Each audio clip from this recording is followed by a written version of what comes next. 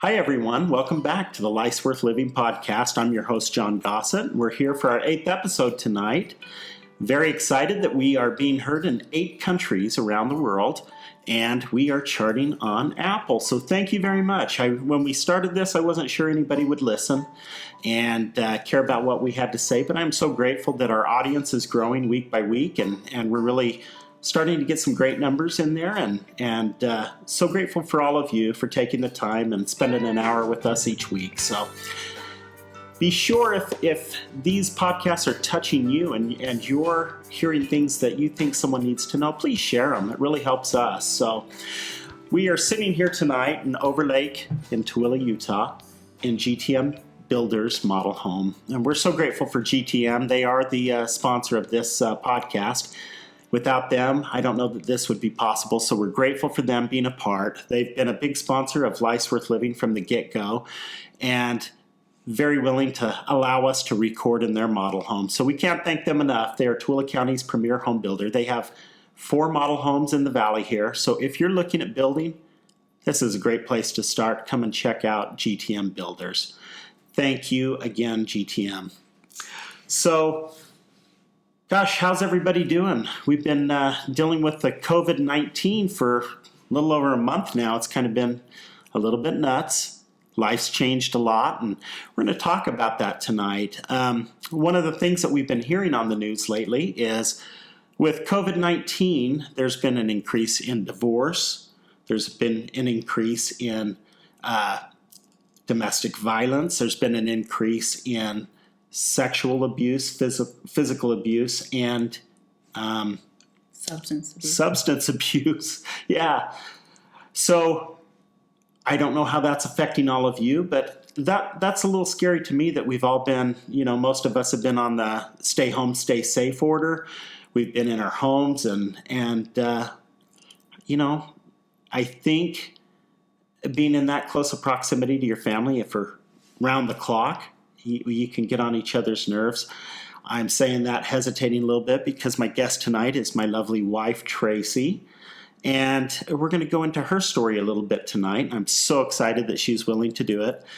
She is part of Life's Worth Living Foundation. She's a board member. And, we've talked about so many different things like bullying, like the LGBT group. We've talked about substance abuse. We've talked about so many different things that we've promised, mental health issues and suicide. And tonight we're going to talk about adverse childhood experiences, otherwise known as the ACEs test.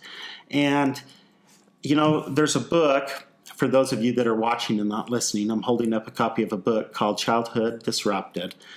When I first read this book, it's by Donna Jackson Nakazawa.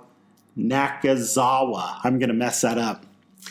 But this book is available on Amazon, wherever you get your books. But I was blown away by the information that I received through reading this book. And so I've been studying about the ACEs and talking with my wife about that for a little over a year. And we actually took a training on this down we there. actually did take a training. Was it in St. George? Yeah. In St. George, Utah, at a suicide prevention conference. The ACEs test has so much information. I can't even begin to go into this entire book tonight. But we're going to touch on a few things, and we're going to share my wife's story. And I hope you guys will put a little bit of thought into this as we're talking about COVID-19 and the fact that we're cooped up and we're all in our houses and we're, having stresses of the unknown and how long is this going to last and, will we have jobs? And there's so many things. Kids that are graduating and not going to be able to walk. There is just so much to this that I think it's a good night to actually have this discussion. And I want to tell you a little bit about the ACEs test. The ACEs test, I'm going to actually read through the test. There are 10 questions in this test, and you keep track of how many yeses that you get on it. Let's go ahead and do that now because I want everyone thinking about these questions as we talk tonight. So I'm going to read these one by one. The first question on the ACEs survey is, did a parent or another adult in the household, often or very often, swear at you? insult you, put you down, or humiliate you, or act in a way that made you afraid that you might be physically hurt? Yes or no? Second question. Did a parent or another adult in the household often or very often push, grab, slap, or throw something at you, or ever hit you so hard that you had marks or were injured? Yes or no? Question 3. Did an adult or person at least 5 years older than you ever touch or fondle you, or have you touched their body in a sexual way, or attempt to touch you or touch you inappropriately or sexually abuse you? Yes or no? Question 4. Did you often or very often feel that no one in your family loved you or thought you were important or special, or feel that your family members didn't look out for one another, feel close to one another, or support one another? Yes or no? Question 5. Did you often or very often feel that you didn't have enough to eat, had to wear dirty clothes, or had no one to protect you, or that your parents were too drunk or high to take care of you or take you to a doctor if needed? Yes or no? Question 6. Was a biological parent ever lost to you through divorce, abandonment, or another reason?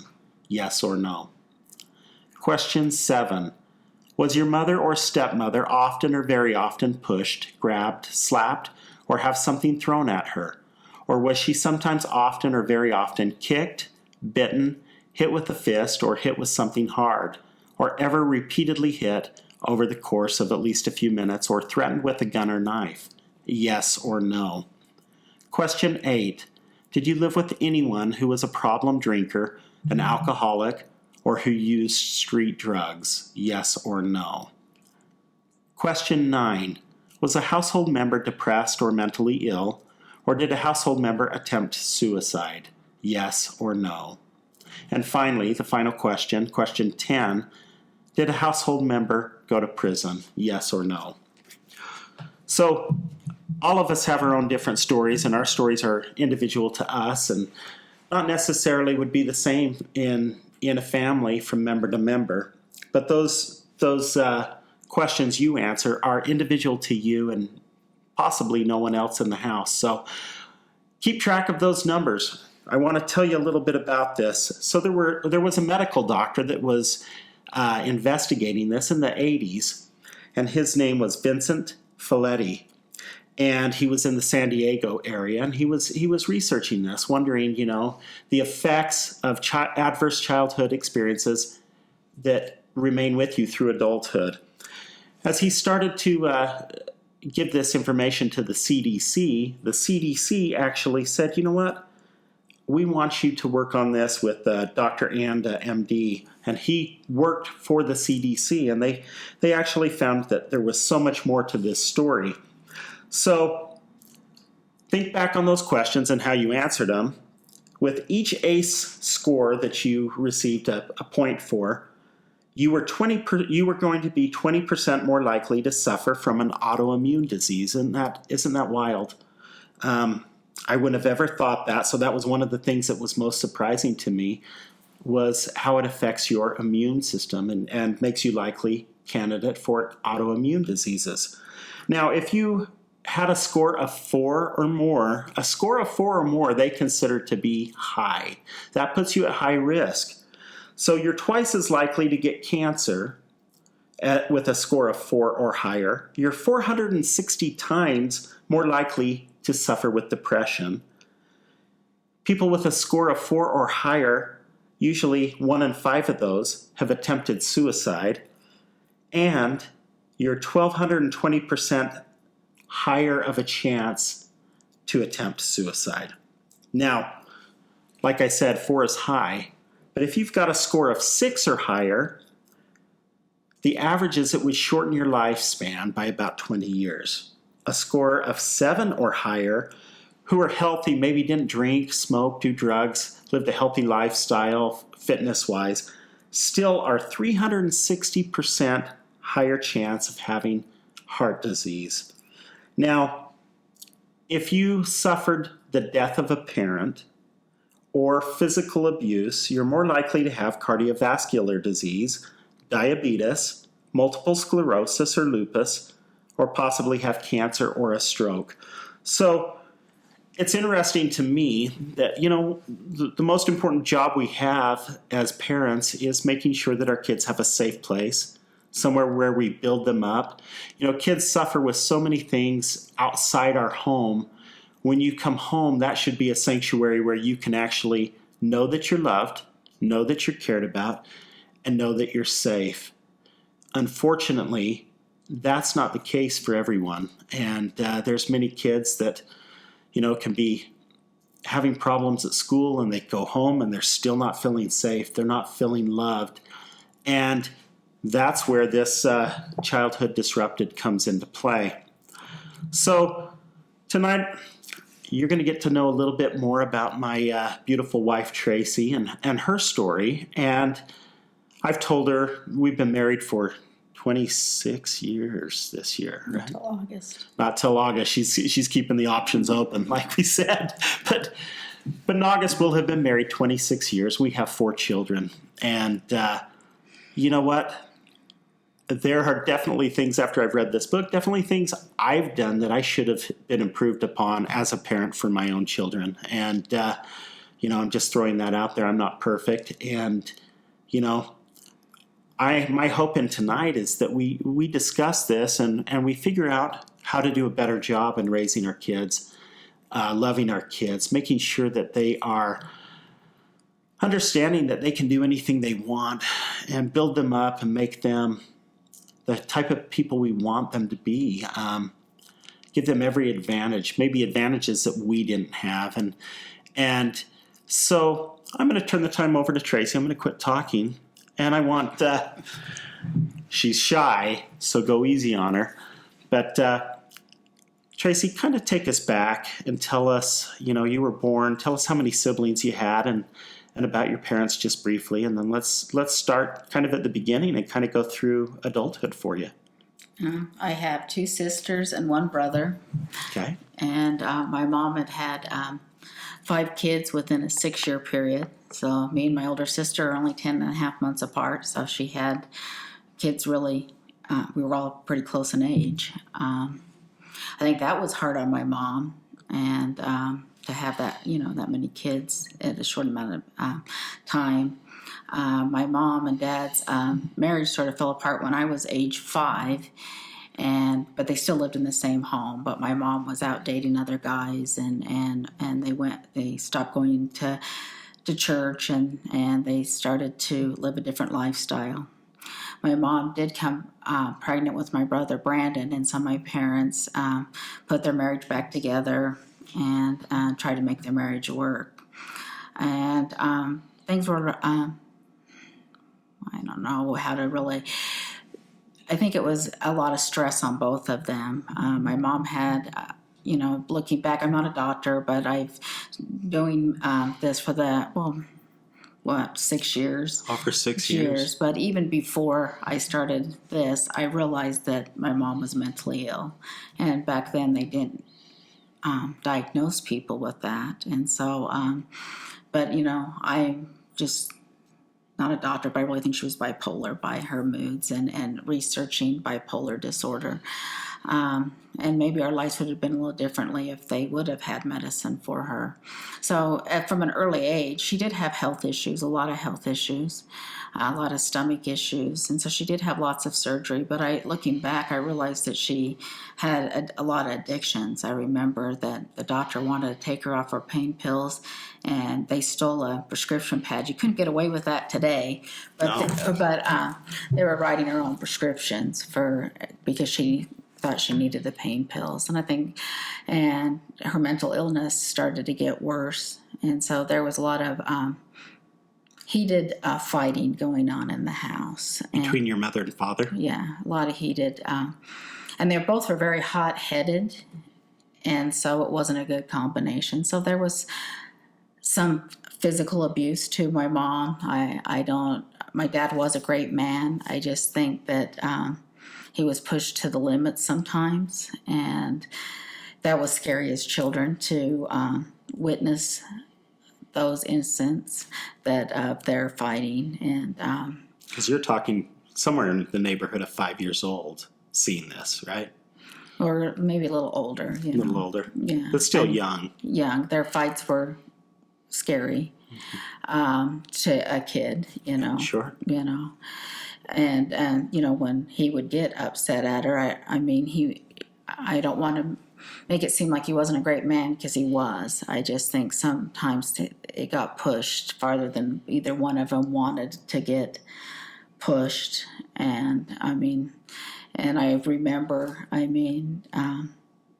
one time driving down the street of our not too far from her house, and my dad shoved my mom right out of the car, and she landed in the gutter.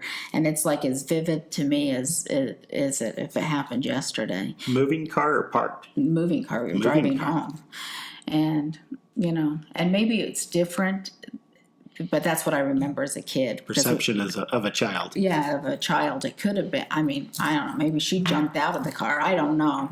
I thought about that the other day. Did she, did he really push her? But that's what our interpretation of it was. But there was other, physical abuse, because I think she just pushed his buttons. But there was a lot of times that she had outbursts where she'd break everything in the house, threatened to take her life, and my dad would have to give her Valium and put her to bed and she'd sleep for a few days, and then it was better. And about age 10, my mom started going back to the bars and bar hopping, and she met a man that had came back to Utah because his dad was dying, and at this point his dad had died, and he was a lot younger than my mom. He was only 23 years old. How old was your mother? I think she was 30 at this time. Okay. And so I was about probably 10 or 11 around this time, and so she ended up kicking my dad out and moving Steve in, and my dad, because he was paying all the bills, and he did care about his kids, and so he always did provide for us. And so he slept on his office floor for many years. Would roll out his sleeping bag and just sleep right there to make sure that she got 100% of his paycheck. And the house and everything, yeah. And so, I think about that all the time. His sacrifices for us at that point in time is, I wish I could tell him thank you, but he's not alive today, because that's, to live on an office floor for that many years, to make sure we were okay. And Steve took it as he was a freeloader, he was living off my mom, because which is in turn living off your dad. Yeah. And he was not a good person by any means. He was,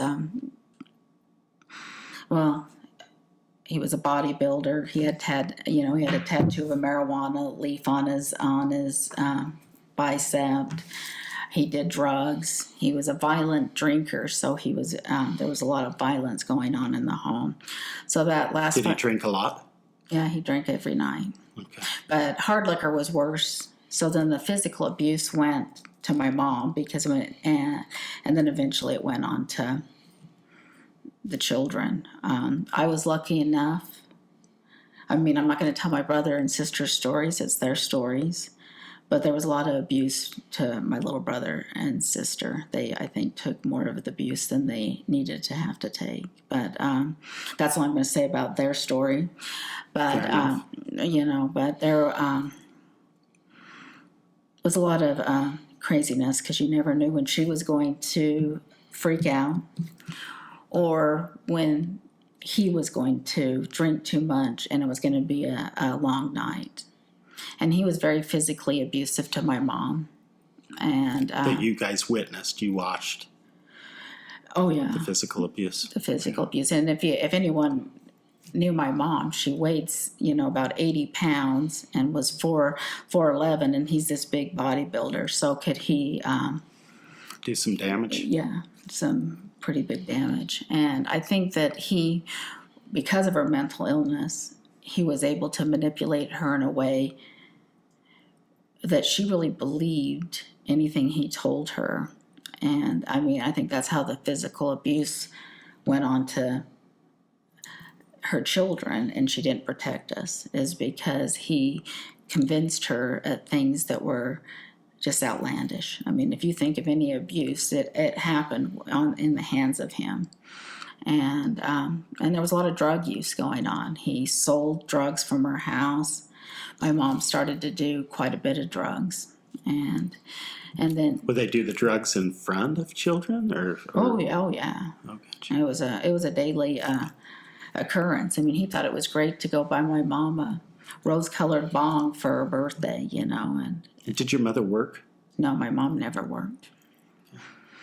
Steve had a job as an office supply guy for where he delivered office supplies, and then eventually he did get a job up in Evanston as a pipe fitter. But for many years, he just worked this little part-time job, and so he was at home quite a bit. Yeah. So the abuse, I mean, you'd wake up in the morning and be, I don't know, this is my story. I don't know about my brothers and sisters, but I would wake up stressed out, wanting to know what the day was going to hold for me and what was going to happen. And so it was always that uneasy feeling of what's going to happen next. And there was always something.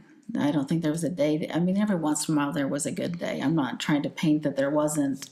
Sure. I mean, there was things that they did. One thing I can say for my mom is that she was a kind person, and she did make Christmas is always special, birthdays, the holidays. Besides the holidays, there was nothing really to look forward to wake up in the morning. Because in all honesty, she was so depressed, she didn't get up till really late in the afternoon. And by the time she got up, she wanted us to figure out what she was going to wear. And she wanted us to curl our hair. And heavens to Betsy, if you accidentally picked a shirt that she thought was cuter than what you picked for her. I mean, and it was that craziness, or if she thought you didn't iron a shirt right enough, and there's, I watched the movie Mommy Dearest, and I couldn't watch it. It was like so much of, my mom was that lady. It's what you lived. What I lived, and you just never knew what was going to set her off and what the abuse was going to be, and for some reason, I think my brother Brandon and me got the most abuse from her because for some reason she never really bonded with Brandon because she had Brandon and my mom and dad's marriage wasn't all that great. She had Brandon and then she got in this terrible car accident and was in bed for a year, and my dad had to hire the neighbor girl up the street, and she took care of him, taught him how to walk, and she was your nanny. Yeah, basically. And we loved her like a sister, and I still love her as a sister. But she took care of us, and Brandon, knew her because she was in bed, so they didn't really have that bonding that a mom and a son would have. And I don't know if it's because my mom had me 10.5 months after my sister, but I don't know. I don't even remember my mom ever telling me that she loved me. I tried to sit back and think of one time she told me, and I can't remember. And I used to think that her favorite was Cherie, my older sister, and I realized it wasn't true. She just knew how to play the game better than I did. And I think some kids do that. I think kids have a tendency of knowing how to play their parent to a certain point to not keep it sort of on the mellow for the day. And I think you see that more in divorced homes too. They know how to play mom, and then when they're with dad, they know how to play dad. Well, no, I mean too. More that she knew how to handle her. No, yeah, I understand what you're saying. More, but I do think that's true too. Yeah. Because my parents never did get divorced. They were always married, but then Steve lived with us for 5 years, and that 5 years was like pure hell. I can't even think of one. It was awful for all of us, and my mom started thinking that she was the cool lady of the neighborhood and took in all the neighbor kids and let them drink and provide drugs for them, and and She wanted to be the cool mom in town. she wanted to be the cool mom in town, and she did get her kids to try drugs. I remember her saying, I remember saying to her, Mom, I don't want to try this. There's no way that I want to do this. And she goes, would your mom ever do anything that would hurt you? Well, as a child, I think you have that idea that, yeah, they wouldn't. And I did. I sat there when I was pleading not to try it, but then I don't want to make her mad either. Because you know where that would go. And and I was 12, 13 years old. So I mean, you were and I think about it, her mindset wasn't there, because why would you ever do that to your kid? Yeah. And I think that people need to realize the effects. I wish my mom could have got the help that she needed to realize the effects that was going to be a lifelong thing for everyone. But we can break the cycle. Yeah. I chose from that day, as a little girl, I knew I wanted something different. I knew that I didn't ever want my children to grow up in that. Even as a little kid, I knew that. I knew it wasn't normal. So when you'd be out with friends and things, could you tell a difference from their home to yours? Oh, yeah. And would your friends ever say anything about your home life? No, because I never took anybody there. Oh, you didn't dare take anybody to your house? No. So I don't think they really, I think our neighbors, some of the neighborhood kids knew what went on in the house, but not so much did I take friends from school. Yeah. Yeah. You'd go to their home, but not to their home. And I remember going to friends' houses and seeing that they had these loving parents, and there was snacks when they got home from school, because we were expected to come home and cook dinner and clean house, and it was very seldom that we got to go out and play, and we were half the time you were trying to get her dressed, and half the time she'd forget you at school. And then she was mad if she did have to get you. And then if you didn't get home fast enough, then you were in trouble that you didn't walk home fast enough, but you were sitting there waiting for her. That was one time I sat and waited for like 2 hours for her. And then she was mad because I got home so late, but I didn't dare leave in the fear of that she was going to be mad at me. And so either way, there was no way to win. So you say it was 5 years that her boyfriend lived in the home. Yeah, during that 5 years, were you able to get away, go to your dad's house for the weekend, see him on a regular basis where you could escape that? Oh, I never dared go, because my brother and sister would go, and then I saw the repercussions of what they went through for going with him. And so me and my older sister were smart enough not to go. So you stayed 100% of the time in that home environment that you struggled with so much. Yeah, I did. I didn't want to have to come home because I didn't know what her wrath was going to be like. Yeah. It wasn't like a spanking. Hers was beatings. I remember her taking a wire hanger to me and beating me with this wire hanger and ripping my whole room apart.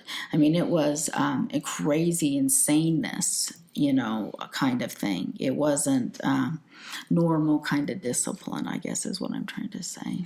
Wow. And you're 12, 13, you say? At this point, you're 12 years old, in that ballpark, over 10, or were the beatings from a very young age? From a young age. You Wow. just never knew when she was going to do it. It wasn't like it got worse because of Steve. Her mental state might have got worse, where she was more depressed and more, but I think it's because she was doing all those drugs, drinking. She was really into cocaine, and so the cocaine, my dad's money was going up her nose, and he didn't realize, that he actually had to go get a second job so he could support himself. And while living on his office floor. Yeah. Wow. And so he had no idea what was going on, because, of course, we're not going to tell. No. Because, there's no way. My mom used to quiz us before we'd go into our grandparents' house. You will not say this, you will not say that. And there's a few times I said more than what she wanted me to say, and I knew what the repercussions were. So, no, we never told anybody. So from the outside looking in, family probably wasn't aware. No. After she died, I told my grandma some of it, not all of it. And she was, she goes, why didn't you come and tell me? And I thought, oh, I would have never dared do that, because if they would have went back to her, what was the repercussions for me? Yeah, there's nothing to protect you once they left. I would have never said anything. Wow. And so, I don't know, my thoughts are going, my mind sort of went, but, and then my mom, a week before my mom died, and my mom died when I was 15, Steve and her had gotten a horrible fight, and he was coming after her. So we all had to barricade ourselves into the car. And he was trying to break the windows to get in to beat my mom, and spitting on the windows. And so my mom had my older sister sneak out of the car and go call the police. And the police came and made him leave. And she had him back within 2 hours. Her choice? Or her choice. Wow. And I remember my last words to her, because it was like, I don't know, I can't remember if it was a week or 4 days or what it was, but she ended up going into the hospital for having kidney stones. But I said to her, I basically let her know that she was putting us all at risk because of having him keep on coming back, and the abuse that was going on in that home. And then we never made up from that. Well, you were probably pretty relieved when the police made him leave. Oh, I thought, oh, good. He's not ever going to come back. There's only one time she got rid of Steve. Her and Steve in that 5 years broke up for like 5 months, 4 or 5 months. And my mom met another guy, moved him in, and he had and they were up from Texas, and they were pipe fitters, and he came up with all of his cousins. And that was a weird time, too, because there was so much partying going on in that house. And those guys were disgusting when it came to women. And so there was a lot of... It's a rough crowd.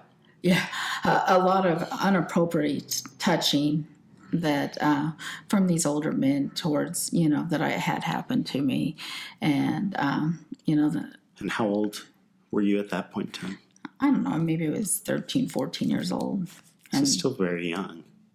Yeah, and, because I think they were so drunk and doing drugs that I think they thought that was appropriate. Then she brought him back. So then she got rid of them and then brought back the monster. So I don't know which one was the better case scenario. This was all bad. I mean, I don't know if it was Steve or if it was this, this other rough crowd, but... Wow.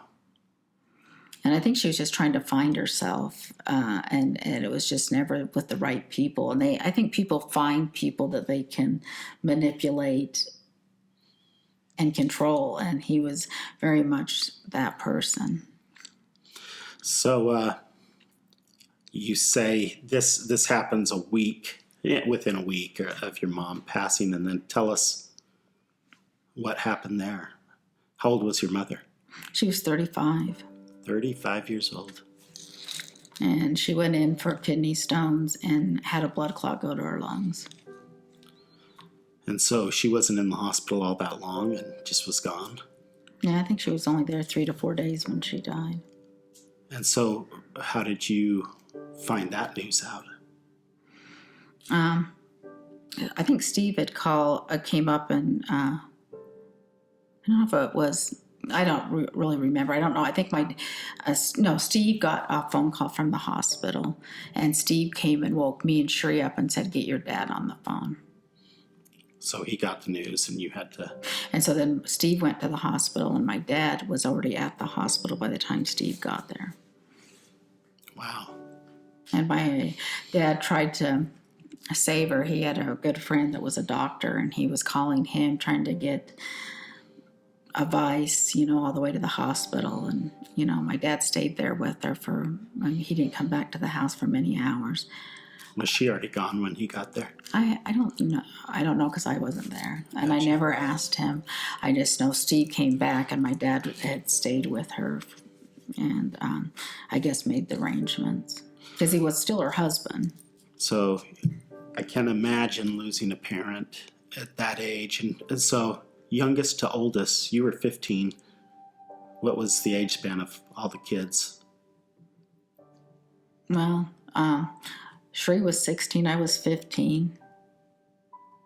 I think, and I'd have to do the math. But young. I mean, Brandon and Shelley, I think, were in 5th and 6th grade.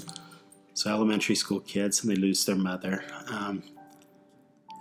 What went through your head when he came home, when Steve came home? And, I mean, you're not even related to Steve, but he's the one that comes home to you and your mother's gone. I was so devastated with the news, I didn't even think about that. I'll be honest with you, that it was him that gave the news, because I was devastated at that moment.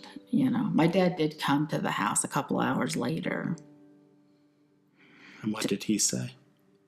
He just hugged us and you know, loved on us, you know, kind of thing. But I don't even remember what we really talked about at that point in time. I mean, what do you really say at that point in time? Because this is out of the blue. It's nothing that you would think was coming. No. I mean, it was... Who thinks that someone's going to go die of kidney stones? Yeah, exactly. I mean, that's such a simple procedure. So wow. So what happens? I'm assuming you have a funeral, and what happens? Yeah, we had the funeral, and then I don't know if it was a week or two later, my dad came to us and said, "I don't know if you want to live with me, but if you're going to stay with Steve, you know, I need to know what you're going to do." And, you know, it didn't take but 1 second to say, "No, we don't want to stay with him," you know. But he probably had some concerns, because it wasn't like you were going to his house every other weekend and spending time with him. He probably had no idea why you weren't coming. No, I'm sure he did. So, I mean, that probably was hard for him, I would imagine. Oh, I'm sure. I'm sure. So you tell him, yes, you want to come and live with him. Yeah. And how did Steve take that news? I don't even know who told him, I'll be honest with you. I can't even remember back then. I remember having a discussion with my dad, but I don't remember who came back and told him. I assume my dad told him that they were going to put the house up for sale, and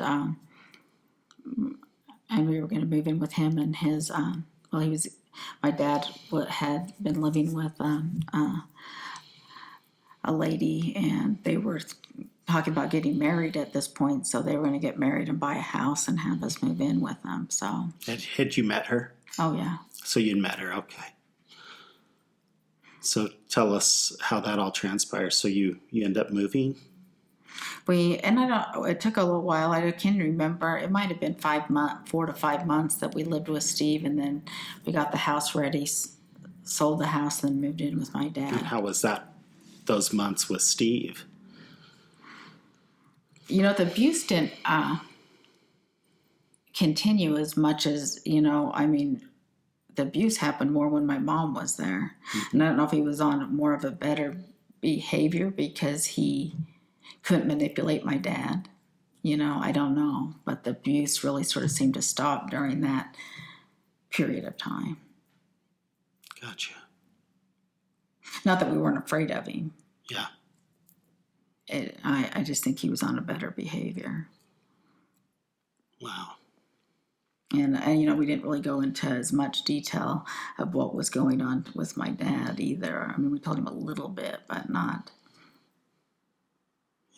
a lot.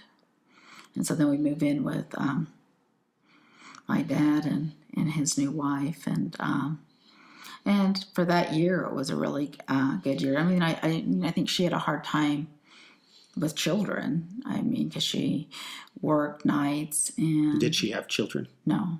And to come in with 4 kids, and my sister had a baby, so really she came into 5 kids and a baby. So instant family. Instant family, and she wasn't used to the... Probably not in her plans. She wasn't used to dogs, and we had dogs, and so I mean, I think there was a struggle there, mm-hmm. for sure. But we did have a good It was the best year we'd had in a long, long time. We went on family vacations, we played games, and we had family dinners, even with the ups and downs where I could tell that we were driving her crazy and we had to be way quiet and because we were making too much noise all the time. But other than that, it was really a good year. So night and day from what you'd been experiencing prior. Yeah. I mean, I'm always will be 100% grateful that I had that year with my dad. It was an awesome year with him. And one night, my dad was working in the basement because we bought a house that needed the basement done. And he kept on complaining that his arm hurt. And that night, but he still continued. He was a die-hard battery. You could get him to sit down. So he still was working in the basement. And I remember me and Sheree went out, or Sheree went out, but he was babysitting Joel, my nephew. And then and he didn't say anything to anybody. And the next morning, I guess it got worse, and he drove himself to the hospital, and he'd had a massive heart attack. I don't even know how he drove himself to the hospital or why. How old was he? 43. 43. Wow. And he spent 26 days in the ICU and died. And then that was another challenge because we really felt like we didn't have anybody, in all honesty, because at that point in time, she didn't really want us. You've lived with her for a year. And she really didn't want us. There was a lot of turmoil, and we didn't know what we were going to do, in all honesty. And so then my grandpa tried to say, you've only lived with him for a year. Let's buy you out of this house and let these kids stay here so they have stability. And she wouldn't come to any agreement with my grandpa.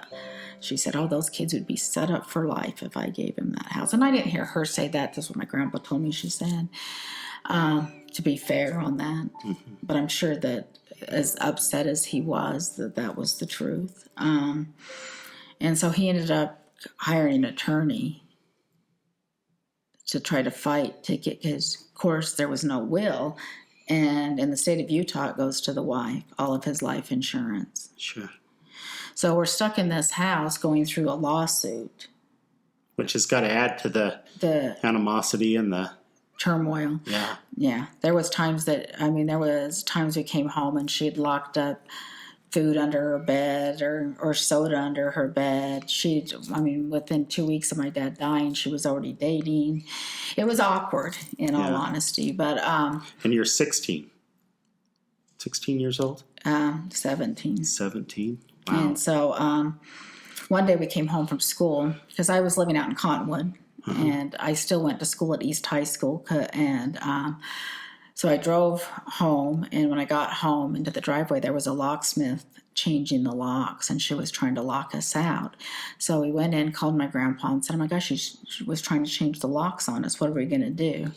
And the attorney said, "You're going to have to stay in that house, because as soon as you walk out, you're going to have to fight for the belongings." So we had to take shifts. Some would go to school, some wouldn't go to school, staying in the house trying to come to an agreement. So eventually my grandparents ended up buying us a house back in Sugar House where we lived before. And my sister at that time was 18, and she took custody of my Brandon and Shelley. And, she already had a little baby of her own, and she took on 2 other kids with my help. I was 17, and I helped her, and the 2 of us were like the parents. I don't know what adult thought this was a great idea, because being an adult, it wasn't. I can't imagine anyone thinking that was a good idea. Kind of like the TV show Party of 5. I think they just wanted us not to. I think that, in all honesty, people just didn't want us. I think it was like, shove them in this house and pretend that they're not there, because then we don't have to think about them. And my grandparents would come once a week to make sure the house was clean. But and they were there to listen, but it wasn't that. No one realized the hell we had been through for 5 years. Then we lost our father. Then our stepmom didn't want us. And there was so much loss for every single one of us, but none of us knew what to do with it. And do you think that it's a good for a 17 and 18-year-old to take on a 7th and 8th grader? It wasn't. Can't even imagine. Because we couldn't give them the stability that they needed. We couldn't give them the love that they needed. We just were on autopilot. And, me, Shelly, and Brandon got Social Security. Me and Sheree went and got a checking account with both our names on it so we could go grocery shopping and pay bills. But we were, my grandparents did get us the house. But we were expected to live on, the Social Security. And so at 17 years old, I and my sister being 18, we became like parents, paying having the to bill, budget, pay bills, try to figure out how to pay for Christmas and do all those kinds of things. And, and it just wasn't good.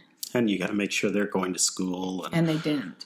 And so, they needed some counseling, and they needed some love, and they honestly needed a lot of guidance. Kids can do a lot of amazing things in life if they just have one adult believe in them and be told that you could do more than what you're capable of doing. And no one ever said, go to college, you could do it. They just said, go get a job. And, and I always wondered why that was, because my grandpa went to college, my cousins went to college, all these people went to college, but no one ever thought that we were good enough to go to college. And, so I'm really proud of my sister at 50 years old. She went to college, graduated from college, and believed in herself enough to do it. So I think that sometimes we have to believe in ourselves, because I decided I didn't want my children to go down that same path that I went to. Not that I don't love my grandma and grandpa, because they were both sets of grandma and grandpas. I mean, that my grandma Evans died right after my dad did, but they were all amazing people, but no one gave us the stability and the love that we were nurturing and needing. You needed that emotional connection. Yeah, we needed people to be there to say, we love you, and all they saw us as a pain in the ass, really. Kids, you know what I mean? I think that because they told people what a pain in the ass we were all the time. And as much as I love them dearly, I think they started to see that. I think sometimes when you're negative about people, you see the negativity because you're thriving on that negativity that, oh my gosh, look what happened now. Oh my gosh, look what they were doing. But no one looked at our age, what we were going through. They just assumed because you were 17, 18 years old or in junior high school or going on to high school, those kids, that they should be fine and do everything perfectly right. Well, and in somewhat defense, they might not have known the things that were really going on behind those doors for those years. But yeah, to leave 4 kids to fend for themselves can't even imagine. I mean, they were there. I mean, you could go to them, but it was never that. But we tried to, because I think somewhat that my mom instilled that the less they knew, the better you were. So I guess on their defense, we didn't tell them a lot going on. And so when they did come would come once a week or every 2 weeks, they'd come in and check on what was going on. We, tried to play that part that, because they were just making sure that the house was clean. And you were doing the laundry, and you were doing the things we had done our whole lives. I mean, I've been doing laundry since I was 5 years old. I was that same. I knew how to keep a house. But emotionally, no one was ever there to say, hey, you've been through a lot. What can we do? Everybody, I think people get self-centered and they think about their own needs and they don't think about other people's needs to a certain point. And I don't think that they saw it that way, but I remember my stepmom coming downstairs because I was upset that she had already had a boyfriend within a few weeks, and her saying, "You just lost your dad. You shouldn't act this way. I lost my husband." And it's always stuck to me. I can still hear that to this day because I thought, really, you're going to come downstairs because I'm upset that you already have someone spending the night a couple weeks after my dad died? Yeah.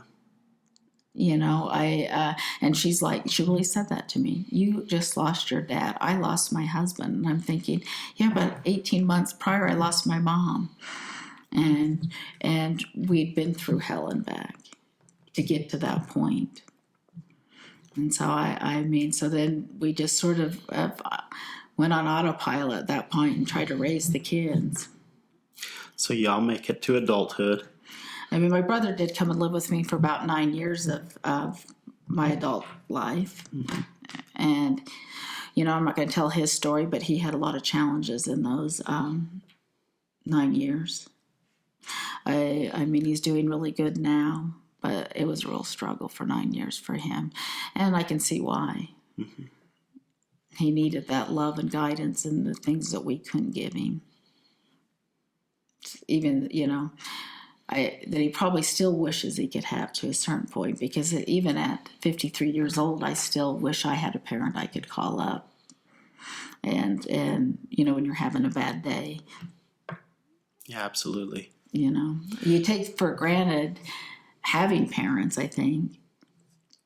And I think it doesn't matter how old you are, it's always good to know that you have that connection and somebody that you can reach out to. So to have lost both your parents, struggled to get to adulthood, caring for each other, because that's all you had was siblings. I've told you time and time again, I don't know how you did it. I mean, it's amazing. I think you just go on autopilot. I think you know. I think, you know, everyone just kept on saying, "Pull up your bootstraps. You got to move forward. You can't. There's no time to be weak." And if you showed that you were weak, my grandpa would say, "Oh, you're emotional like your mom. You're acting like your mom." And so it was like you know. And that's something you didn't want to have said to you, so you didn't want to show the emotion. I mean, you always say to me, "You can stay so stoic and not have emotion." I've learned not to have emotion, I guess. Yeah. To stay, it takes a lot. I mean, I can cry to things, but I'm just saying it takes a lot for me to, because you cry all the time and I can't do it. Listen to this. I don't know if I should have invited her. She's telling all my secrets. I know, but you can do it and I can't. And I think it's just because. Oh, I get it. So you're in the house, you're an adult, and then what next? I was the first to get married. So at 21, I moved out and got married. And then I think my sister Shelley got married, and then it was Sheree, or maybe it was Sheree and then Shelley. I can't even remember. But Brandon ended up coming to live with me during for that 9 years, and we ended up selling the house and everybody going into their adult lives. But you stayed close. Yeah. Everybody lived in the valley. Yeah, we lived in the valley. And so you get married and start to have a family of your own. Did you ever have thoughts about wanting to make sure that your kids had a better life than you did? Yeah. I never wanted my kids to go down that road. Yeah. And, you know, I didn't even hit my kids because I didn't believe in that was okay to do to a kid. And so, I mean, I made a lot of different choices that I didn't want for my kids, yes. I wanted the cycle to break. Somewhere in our lives, we have to break the cycle. Absolutely. You can't keep on going down the same road your parent went to. And, I have a lot of people say, well, I had a bad childhood. You might have had a bad childhood, but it doesn't define you. You can be, when you're 18 years old, you can be or you can even do it as a kid. As a kid, I knew I didn't want it. You can choose at any given time in your life to make yourself be whoever you want to. But at 18, you're an adult and you can make that decision. And don't let that person have that much power on you to take your adult life. You already had a bad childhood. Don't let your adult life be that too. Yeah.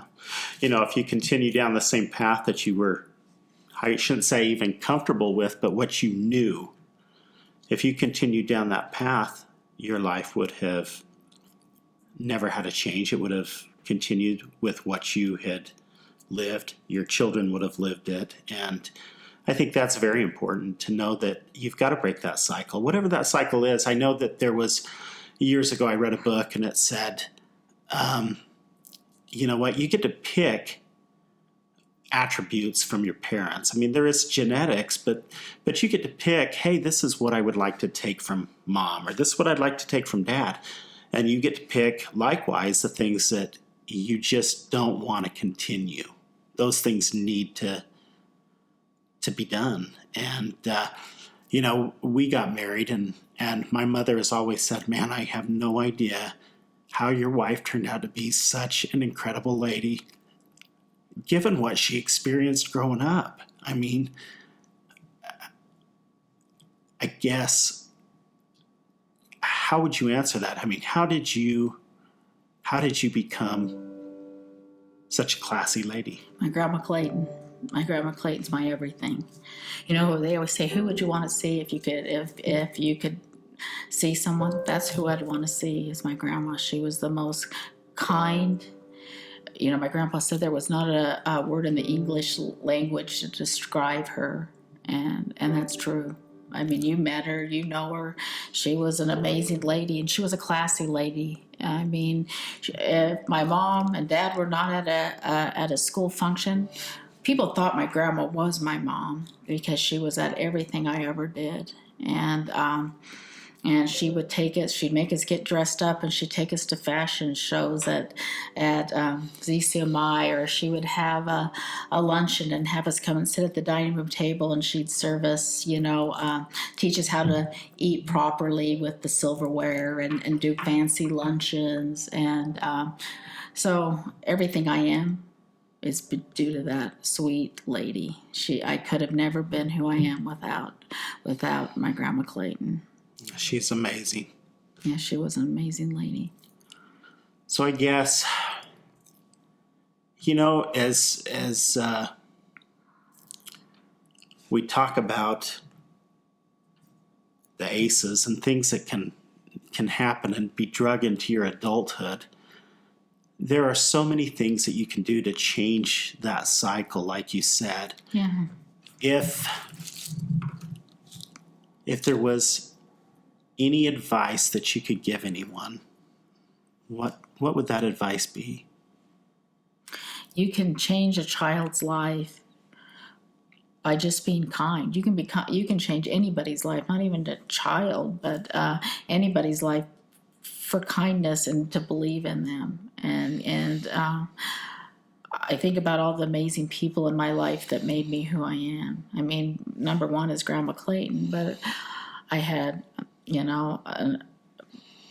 an uncle I was close to, my Uncle Roger and my Aunt Vicky. And then I think about my Grandpa Bill. My Grandpa Bill was so kind, and I can still hear, his enduring voice to me. And my Grandpa Clayton gave me a lot of advice of who I am today too. He was he was a little bit more sterner about things, but he was all business. He was all business, but I loved him. But he meant well. Yeah, he meant well. He was a great man. And I had teachers. I had amazing. I had Miss Stringham in elementary school and Miss Talbot in high school. That I still get a Christmas card every year up to this Christmas from her. That's pretty amazing. That is amazing. And and then I think about my neighbors. I had a lot of great neighbors that I think knew what was going on in the house, and they were an escape for me to go. I mean, some of my real good friends were the neighbors. Adults. And I would go and I would escape that craziness and go sit on their porch with them or whatever, wherever it was. There was a lot of times my mom would kick us out of the house and tell us how bad she hated us and to get away and to leave, and we wouldn't know where to go, and we'd be like thinking, where are we going to live, and so like we had a lot of great neighbors to pick us up when we needed them. And you kind of wonder what those neighbors thought. They had to have seen some of this. They had to have maybe wondered what was going on in the home. And so I wonder. They had to hear the screaming. Sure. And they may have felt like that was their duty. But what a cool thing that a neighbor would actually reach out and make a difference. And I think that you don't realize, and I think of a lot of times of people, how they live is an example. Mm-hmm. Going into people's homes and seeing how they lived made me hope for a better day, huh? Yeah, it made me see that, oh, well, this is how you're supposed to live. And a lot of my grandma and grandpa Clayton, they lived a block away from us. Seeing how they lived made me want to be them. Yeah. And not that craziness. And so that really made a difference in your adult life, because your adult life's really nothing like what you experienced growing up. No, I had some heartaches in the beginning till I met you, but that's when the heartache stopped. I'm just joking. No. But life is hard. It's hard. I was, married for 5 years, and he had his own challenges. I'm not going to tell his story either, but he had his own challenges, and he got up and walked out on me, and I was 6 months pregnant and had a 4-year-old. And thank God I did have amazing grandparents, because they paid my house payment till I met you. And so I was lucky because I always think about how other people would have done that if they wouldn't have had such amazing grandparents at that point in time. Absolutely. So, I'm just saying that anybody can change change some child's life or anyone's life. Don't judge people, because you don't know what their story is, first of all. And second of all, you're not their judge and jury. Yeah.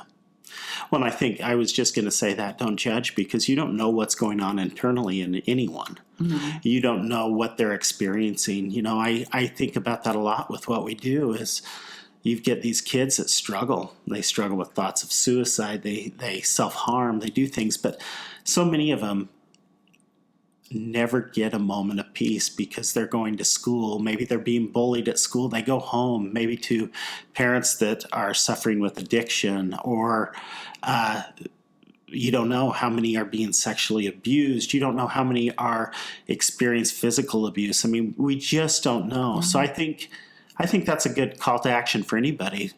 Be that type of person.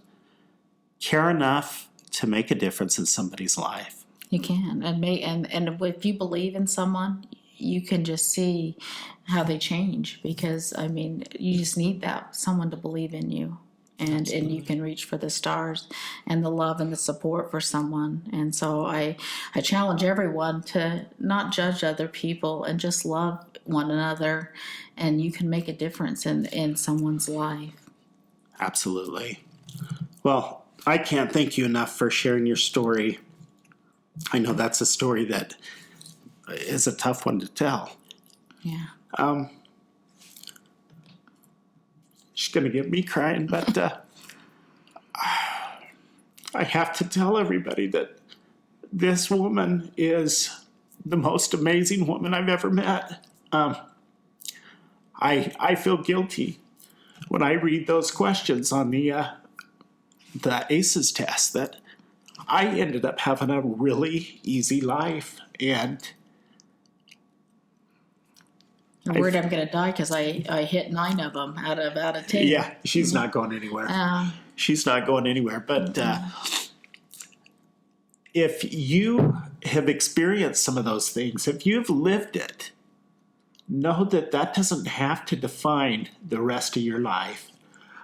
If you're currently in that position, if you're currently living in a home and you've got some of this stuff going on, whether you're a child or maybe you're the wife that's suffering with domestic violence, reach out. As children, you'd never dare tell. No. But I think there's a lot of people's fear in life is the repercussions of telling. But I honestly, as an adult looking on, I should have told. You should have, yeah. Yeah, I should have told. I should have tried But to it's get so help. scary. And if you're a parent out there and you have substance abuse or you're in a domestic violence, love your kids enough to get the help you need for those children. Absolutely. Make sure that I don't care where you're at in your life today, if you're abusing, if you are harming, if you're doing more harm to your kids, make a stop, make a change. Yeah, because it's a lifetime for these kids. And they didn't ask to come into this world. You brought them into this world, and you owe them every opportunity to have To reach for the stars. Reach for the stars, and you shouldn't let a step parent or a relationship or anyone cloud that decision of what is best for that kid. Your kid comes first before anything. And I probably was overboard, always protecting my two older kids, because when we got married I had two kids, not older kids, but two kids. But and I was always like the mother rescuer. I sort of went overboard on it, but I was so afraid of not being their protector. Well, and that was your job, so I mean, you did well. Yeah. And we have a song that we always have shared with our kids that says, "Don't believe the sky's the limit, because there's footprints on the moon." Yeah. And there is. Be the type of parent that's raising up kids that you can be proud of and that are going to far exceed what you've ever done. Care enough about them that this isn't their future, that they're going to suffer with illnesses. It affects the brain development of these children as they go through these ACEs. We read about brain development. We've studied about it. We know the effects of it. Make sure that you're taking that responsibility seriously, because the repercussions last forever. Yeah. And we were watching on the news, they were talking about California right now. In California, they are seeing cases of sexual abuse skyrocket, during this COVID-19. Yeah, in the emergency room. And honestly, the COVID-19, although today it might feel like it's lasting forever, it's not going to last forever. But the effects of causing harm to a child will last forever. And as much as, I've wanted to be the best person I could be, and to make my grandparents proud. It was something that I always wanted my grandpa to say to me, and he never did. But I wanted that more than anything in the world. But there's still lasting effects to me, and that you have to fight through. And I think a lot of it is not feeling worth it, that you're, because I think that my mom never saw the good in me. So you always wonder if people see that, I always think that people are looking at me and judging me. And even though no one would know that inside, that's how I feel. But I think that those things stay with people forever. So what you say to your children, they believe. And so believe in your children enough to tell them the right things, and don't swear at them and say mean things to them, because they will remember them the rest of their lives. Yeah.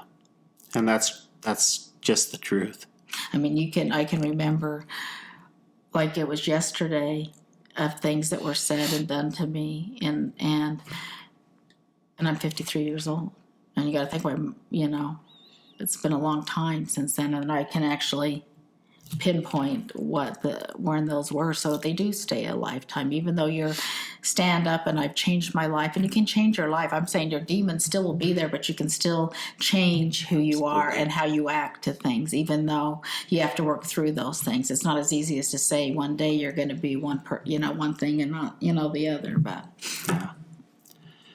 Well, guys, that is definitely a read that I recommend you do. Childhood Disrupted. The last name of the author is Nakazawa, and it's Nakazawa. And thank you so much for being with us tonight. Honestly, I can't tell you how much it means to know that the audience is growing on a weekly basis and that we're being heard around the world, that we're charting on Apple. That blows my mind. I don't know what keeps you coming back, but I can't thank you enough for being here. And know that if you're struggling, if you're having thoughts that, are scaring you, reach out to the Lifeline. That number is 1-800-273-8255. Reach out and talk to somebody. Reach out to somebody you can trust, a friend, a loved one. Make sure that people know what's going on inside. Holding back and isolating will never help anyone. So reach out and have a conversation about it. If you have something that you would like us to feature on this podcast, reach out to me at Life's Worth Living Foundation at gmail.com. You can find out more about Life's Worth Living Foundation on all social media platforms. Go in and like it, subscribe. If you feel that this episode is something that someone needs to hear, please share it. That's the only way we get this message out. There are so many podcasts. There are so many ways to get information. But if this is something that touches you, please share it with your friends. Please go in, subscribe to our podcast, rate and review it. That's the only way that we continue to rise on the charts and make this more visible for everyone. So thank you again for being with us tonight. Thank you so much to GTM for sharing this model home with us and supporting us and making sure that we get these messages out. Stay safe. This COVID-19 thing will come to an end. We're going to get through it. We're going to get through it and come out stronger than we ever were. And just know that we can't thank you enough. Have a good night, and let's talk again next week. Take care. Thanks. Life's Worth Living Foundation.